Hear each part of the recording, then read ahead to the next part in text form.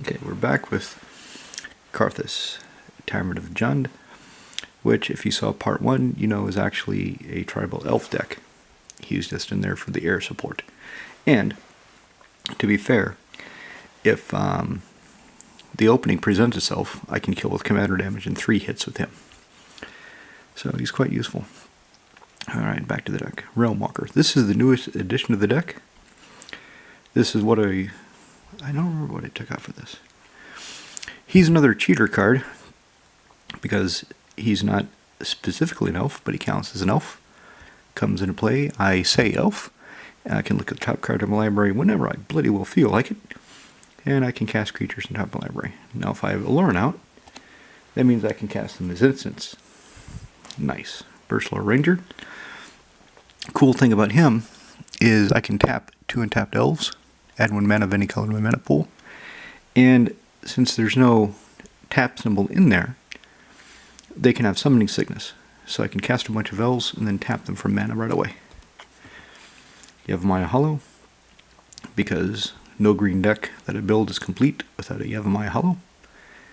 Although, if I build many more with the price they are now, I'm probably going to have to revise that idea. Viridian Zealot, 2 for 2/1 naturalize on legs. Another Jund Forest. Llanowar Elves. There's so many. There's so many versions of Llanowar Elves that I could have picked any. So I chose this one. 1 green, 1/1, tap, add 1 green. Winds of Change. Now, as I was saying in part 1 about Scroll Rack, so let's say I have Guardian Project or Beast Whisperer. I cast Glimpse of Nature, I'm casting creatures, I'm drawing cards. For each creature I'm casting more creatures. Eventually I'll be stuck with a handful of lands and other spells. So this will allow me to shuffle them away, hopefully draw more cards, and keep the process going of dumping my creatures into play. Jund Mountain. Some pinpoint removal, Assassin's Trophy. Sure, they can go find a basic land, put it into play, but they lose something that's a problem for me. Clan Defiance. Another way of killing creatures that are a problem and opponents. Choose 1 or more. Deals X damage to our creature flying, creature without flying, or to player. Yeah, typically I'm going to choose all 3. I like that card. I like how it has the versatility of doing a lot of damage to 3 different targets. Kind of sweet. Another Mountain. Okay, so if I've tapped a lot of my elves for mana, I can untap them then, tap for more mana, or attack.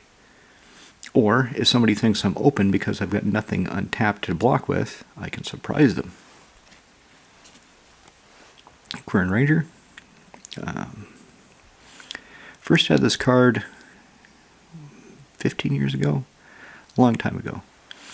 I love that Henry David Thoreau quote. I went to the woods because I wished to live deliberately. And she doesn't quite look elfish. It's neat. That's something I love about the game, the art, the different styles, the aesthetic value of it. Deathrite Shaman, because he's an elf, and he does things. Black or green for 1/2, exile land from graveyard, add mana to my mana pool, exile an instant sorcery, each opponent loses 2 life, exile a creature card from graveyard, I gain 2 life. So pinpoint graveyard removal. Do I have a Bajuka Bog in this deck? Huh. I can't remember. Okay, Elvish Mystic, basically just another Llanowar Elves. Command Tower. Slate of Ancestry. This card, I've not seen anybody else play at all. In any of the Commander games I played in Czech Republic. 4 tap, throw away your hand, draw cards equal to the number of creatures you control. So ideally, this can draw me, 8 or more cards a turn, pretty handily. I don't know. Maybe I should get one for my wizard deck. Elvish Arch Druid. Other elves I control get +1/+1. Add 1 green for each elf I control. Mutavault, because it can become an elf. Well, it can become everything, but elf is most relevant. Shaman of the Pack. Okay, this one I have to read again. Shaman of the Pack enters the battlefield. Target opponent loses life equal to the number of elves I control. So this is in here to finish somebody off, pretty much. If they're down to 10 life or less, and if I have the army out, put this into play and make them lose that last bit of life. Okay, and like I was saying about not Vitalize, I just saw it too. Regenerate each creature I control. So this is to protect my board, because it's kind of shaky. Having a bunch of ostensibly 1/1, 2/2, 3/3 if I have something out to pump them creatures, and then relying on them, somebody is going to try to kill them. Somebody's going to cast Earthquake, Damnation, Wrath of God, somebody's going to try to kill all my creatures. So I need ways to protect them. Winding Canyons. 2 tap, I can cast creatures as though they had flash until the end of the turn. There's my Guardian Project. 4 cast to cost enchantment. Every creature comes into play under my control. Non-token creature. I have to remember that. Non-token, if it doesn't have the same name as a creature I control in my graveyard, draw a card. I'm playing Commander. I'm not going to have any other creatures of the same name. If I was playing my blue deck with clones, that's possible, but not this deck. Letterme Lord of Leaves. He now is an elf, and now says other elves gain Forest Walk and Shroud. So he can be killed, he can be targeted, but until he is, everybody else has some degree of protection. Ron Chirona. I don't think he did any other cards. I think this is Ron Chirona's only card. I have to look that up. Listen on a Bowmaster. 2, and he's got reach. And whenever play an elf spell, he can deal 2 damage to a creature with flying. So, into the way of defending myself from aerial assault, in addition to Karrthus and, of course, Akroma's Memorial. Hurricane, another finishing card. So, this isn't really in here to take care of flyers, even though it could. This is here mainly if everybody else is at a lower life point than me, I can finish them off and win the game. Shiny Forest. Another card to protect the team. Gives them all +0/+5 and reach until the end of turn. So they can block flyers, but the most important thing is they get that extra toughness. And there it is, Allurin. Any player may cast a creature with mana cost 3 or less as an instant, so they can just start dumping their cheap creatures into play, which is kind of the theme of this deck, cheap creatures. Speaking of cheap creatures, there's another way of dealing with artifacts and enchantments. 3 for a 2/2 comes into play. Destroy target artifact or enchantment. Oh, she's a 2/1. 2/1. Like I said, I need to read my cards. Llanowar Wastes. Something I thought of.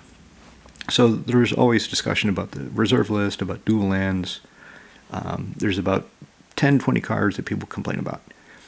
I think if Wizards printed pain lands with 2 basic land types, Commander players would eat them up, and it would take a lot of pressure off people demanding duels. Or maybe not, because Magic players just like to complain. Sword of Light and Shadow, 3. Equipped creature gets protection from black and white, +2/+2. When it hits somebody, I get to raise dead, and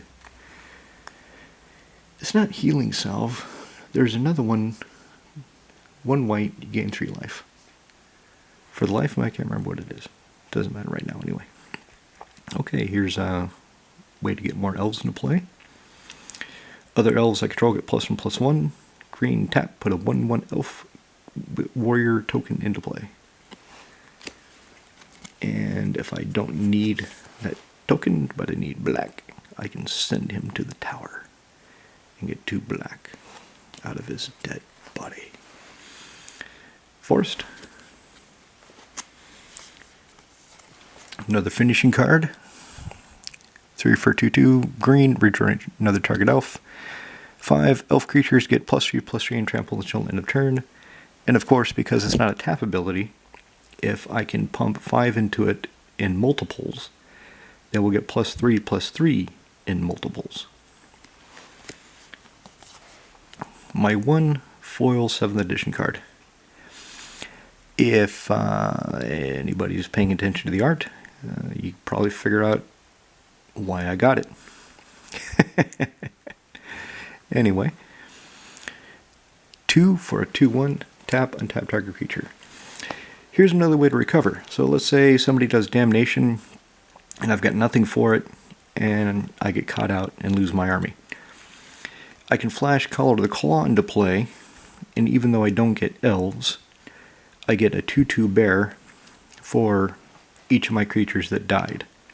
So I can kind of recover.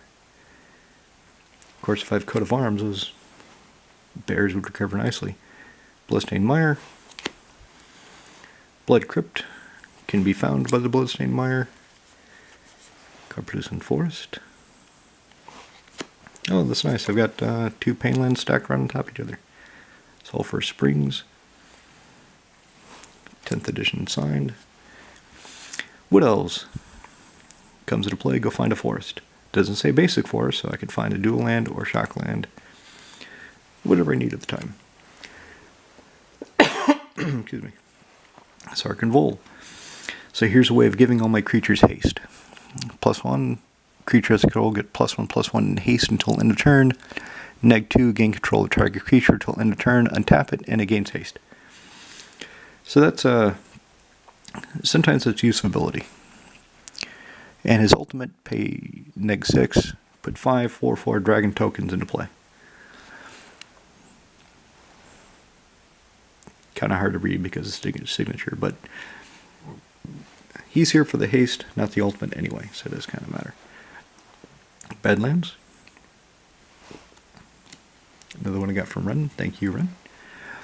Guy's Cradle. This is a proxy. My real cradle is in my art binder. I have 3 decks that use Guy's Cradle. My real one in the art binder underpins them all and makes them proxies, not counterfeits. And again, this is another card that people complain about the availability and the price. Something I was thinking, what if they printed Guy's Cradle? So it came into play tapped, could not be untapped by spells or abilities, and only taps during your untap step. So basically you can only use it once per turn. I wonder if that would be powerful enough to interest people, yet be weak enough to fit with the current design philosophies. I don't know, just an idea. For a Stronghold, spend 1 at a black. Target creature from a graveyard goes on top of my library. So I can draw it, cast it, use it again. Like the Viridian Zealot. Fenhorn Elves, I hate the original picture. It's Justin Hampton. I don't like his art. Rituals of Duel. I think that's the card. Green card. I can picture it, but I don't know if I have the name right. That's the only one he does that I even kind of like. Other than that, his art is just too cartoony. It's just